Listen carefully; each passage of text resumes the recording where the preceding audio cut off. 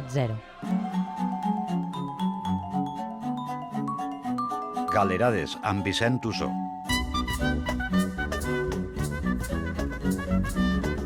Hola, Vicent, benvingut. Hola, gràcies. Avui què fem? És 28 de desembre, contem mentides o quin pla tens? No, avui és el Dia dels Innocents, ho hauríem de celebrar, jo crec que sí, però no explicarem falses notícies als oients, no?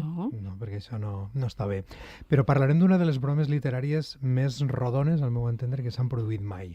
Jo crec que sé per on vas, però vaig a fer-me la innocent i et deixo dur. Està bé. Hem de viatjar una mica, hem d'anar fins a 1958 i hem d'anar a Ciutat de Mèxic. Allà s'han refugiat molts dels exiliats de la Guerra Civil Espanyola i en aquell context s'inaugura una exposició. L'exposició es pot veure bona part de l'obra d'un artista que diuen que fins a aquell moment no coneixia ningú. L'artista s'anomena Josep Torres Campalans. En l'exposició es pot veure quadres d'aire cubista, dibuixos, retalls de periòdics, etc.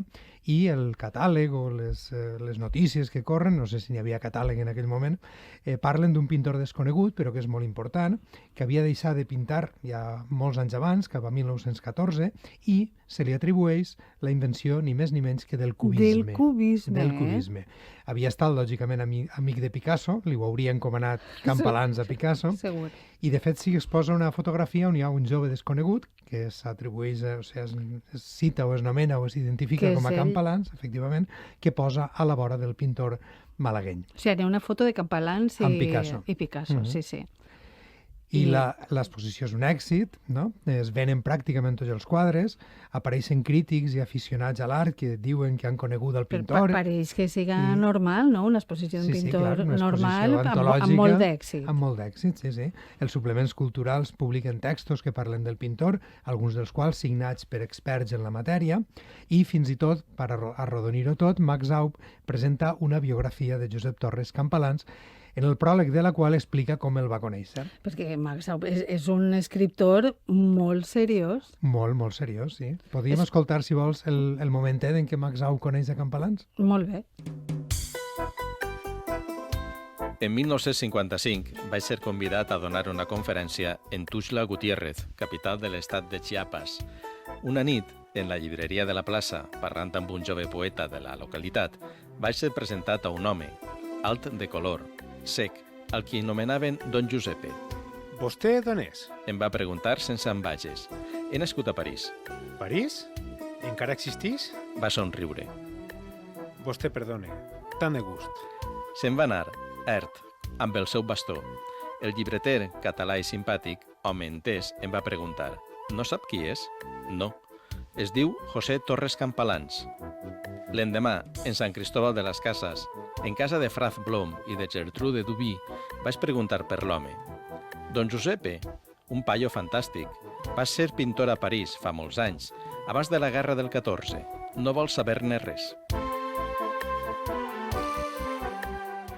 Bé, en teoria és Max Aub explicant... En teoria no, és Max Aub. En teoria i a la pràctica. Sí, perdona que estic ja... Pertany al pròleg, que s'anomena pròleg indispensable de Max Aub. Max Aub havia nascut a París, però tenia arrels valencianes i estava considerat en aquell moment, i ara també, un dels autors més importants de l'exili republicà. Per tant, el fet que publicara una biografia tenia una certa importància. Entre les obres més significatives, per si algun oient nostre no el coneix, de Max Aub, podríem citar el cicle del laberinto mágico, que també se coneix com els campos, perquè la paraula campos apareix en tots els títols, campo cerrado, campo abierto, tierra de campos, i que parla sobre la guerra civil i els seus antecedents. Doncs així tenim un escriptor molt seriós i molt rigorós, però amb un sentit de l'humor fora de mida, també ho hem de dir. I què conta en la biografia de Torres Campalans? Doncs explica moltes coses, però entre les anècdotes jo en destacaria una. Quan Josep Torres Campalans tenia 15 anys, explica Max Aub, va anar a Barcelona darrere d'una actriu de qui s'havia enamorat perdudament. La cosa no va arribar de Pasqües a Rams, però allà va conèixer a Pablo Picasso, qui se faria després la fotografia aquella famosa, i Picasso, per esbandir-li un poc la frustració amorosa al pobre Campalans, jovenet, el va dur a un bordell. El bordell estava situat al carrer d'Avinyó i inspiraria el famós quadre de les senyoretes d'Avinyó. Però al text també podem trobar fins i tot fotografies dels pares de Campalans, la mateixa foto que hi havia a l'exposició on hi ha Picasso, una ampla reproducció de l'obra pictòrica exposada i unes pàgines de notes on Max Aub consigna totes les fonts a partir de les quals ha escrit la biografia. Veus, tot és molt rigorós, el que t'he dit, el que sol fer Max Aub. Max Aub, sí, i encara va més enllà, perquè la biografia es complementa amb material divers, no és una biografia, diguem, un text corregut de principi a final, sinó que n'hi ha una secció d'agraïments on dona les gràcies a tots aquells que l'han informat sobre el pintor, entre els quals gent de tant de pes com André Malraux, per exemple, o Georges Braque o Josep Renau. Parla també en una secció d'anals, que ell nomena, on consigna els esdeveniments ocorreguts entre 1886 i 1914, és a dir, entre la data de naixement de Campalans a Mollerussa i el moment en què esclata la Primera Guerra Mundial i ell deixa de pintar. També hi ha una part on recull les converses que va tindre Max Aub amb Campalans i fins i tot un quadern verd, que s'anomena així, una mena de miscel·lània del pensament del pintor, que aparentment escrit en català, francès, castellà i alemany, encara que la versió apareixeria únicament en castellà, on hi ha el punt de vista sobre l'estètica, l'art, etc. de Campalans. I també hi ha un fragment que a mi em sembla molt significatiu i que podríem escoltar. Clar que sí, de seguida. Què és l'home? Ho han definit milers.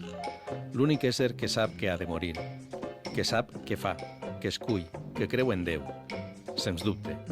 Però sobretot, l'únic que mentís. N'hi ha cap virtut que assente més la condició d'home que dir alguna cosa i saber que és falsa i donant-la per verdadera? Inventar mentida, i que la resta la creguen. L'art, expressió vella de la mentida. La veritat, nua, si existís, no és vella. Que ho diga la mort. La vida humana, possibilitat de mentir, de mentir-se. L'art i la política, les més altes expressions de l'home, estan fetes de mentides. Això dona molt per a Sí, pensar una bona estona, Evidentment, i a més havíem dit que era un fragment molt significatiu perquè poc després que tancara l'exposició en Ciutat de Mèxic, estem en l'any encara 1958, Max Aub, el biògraf, va declarar que tot allò era una broma, que Josep Torres Campalans era una invenció seua, que els famosos quadres de l'exposició els havia pintat el mateix Max Aub i que algun dels textos al·lusius que havien publicat els suplements culturals signats per personalitats insignes, en realitat els havien escrit alguns amics també insignes, val a dir, del senyor Max Aub, com per exemple l'escriptor mexicà Carlos Fuentes. que també l'havia ajudat, no?, en la juguesca. És una història fascinant. I que caigueren en el parany experts en art també diu molt de segons quines persones, no? I tant que sí, però la cosa no va acabar així, perquè pot ser perquè les comunicacions no anaven tan ràpidament com en l'actualitat. Molts crítics i molts lectors de la biografia novel·lada, algun temps després, seguien creient que Campalans existia realment, no? De fet, alguns amics de Max Aub, més enllà del moment en què Max Aub declara la broma, encara van contribuir a alimentar la farsa. Per exemple, un dels molts amics de Max Aub, Ignacio Soldevila, a qui es va adreçar el crític cultural artístic Juan Luis Alborg, i li va preguntar sobre l'origen fictici o no de Campalans. La resposta de Soldevila no té desperdici. Diu: Campalans és tan possible com Picasso i Picasso tan hipotètic com Campalans. Genial. Campalans no va existir, però el llibre que parla d'ell sí que existís. Clar. Efectivament, i és un llibre, bromes a banda, una novel·la extraordinària i molt novedosa, en aquell moment i fins i tot jo diria que ara, no? I està tan ben construïda que resulta molt complicat. Si no tens informació de primera mà de tot el que va envoltar l'obra, és molt difícil, només partint del text, dubtar de l'existència de Campalans. Per què? Perquè contribueixen els textos que aparentment signen persones reals i molt famoses, les cites de fets, els anals que comentàvem abans, amb tot això, amb tota aquesta aparença de seriositat que li dona, Aub era un gran juganer, conforme havies dit tu abans, i no es priva d'incloure bromes al llarg de tot el text. De fet, alguna és molt bona. Per exemple, n'hi ha una obra només atribuïda a Campalans, no?, quan aparentment totes les havia fetes el mateix Max Aub. En els anals hi ha naixements i morts que estan citats en 2 anys diferents, és a dir, hi ha personatges que naixen o moren 2 vegades, entre els quals, per exemple, el poeta Luis Álvarez Petrenya, que és una altra invenció de Max Aub, és un personatge que tampoc existeix. N'hi ha una nota en la participació on Campalans li conta a Max Aub que va participar en un atemptat contra el rei d'Espanya, on Max Aub comenta, i ara citaré literalment: no tinc més que aquesta confessió de part de Campalans, i afig, la crec falsa per les dates. És a dir, juguesques contínues, no? I frases, una frase molt bona, com la que suposadament pronuncia Campalans en les converses amb Bau, i ara tornaré a citar literalment. Diu, al cap i a la fi, diu Campalans, com a pintor vaig ser un fracàs. No un fracassat. No em va cridar Déu per aquest camí. No vaig pintar res, en cap sentit. Absolutament genial. No vaig pintar res en cap sentit. Insuperable. Insuperable, completament. Esta broma de Max Sau. Felicitem algú per acabar la secció. Sí, felicitarem un senyor més seriós, no? Encara que també té un sentit de l'humor important. Avui celebraríem l'aniversari d'un dels més grans poetes de llengua catalana, estic parlant de Màrius Sempere, que va néixer en 1928 i que ens va deixar en maig de l'any passat. La matèria dels poemes de Sempere és l'ésser humà i la forma d'acostar-se és directa, però també té aquest punt de connexió amb Max Aub de juganera, no? I de plena sentit de l'humor. Tot i que la seva producció fonamental és poètica, té alguna obra narrativa, però jo em quedaré amb un llibre de poemes, que és Les Imminències, que va publicar Edicions Proa en 2002. Moltes gràcies, Vicent. Fins la setmana que ve. Fins la setmana que ve. Adéu.